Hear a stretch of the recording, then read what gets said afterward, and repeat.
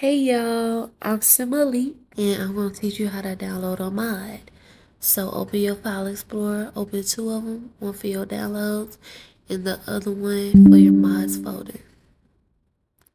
And we're going to sort it so we can see everything on the screen. Make sure you get your Google or whatever browser you use.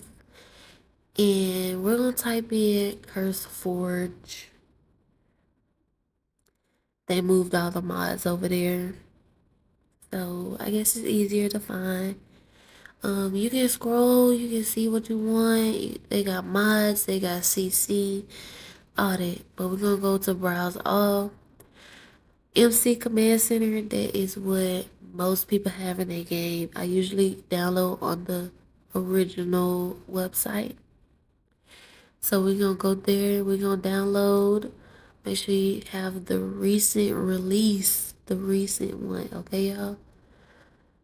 Now that that's downloaded, we're gonna go to our downloads folder and we're gonna open it and we're going to move it to our mods folder.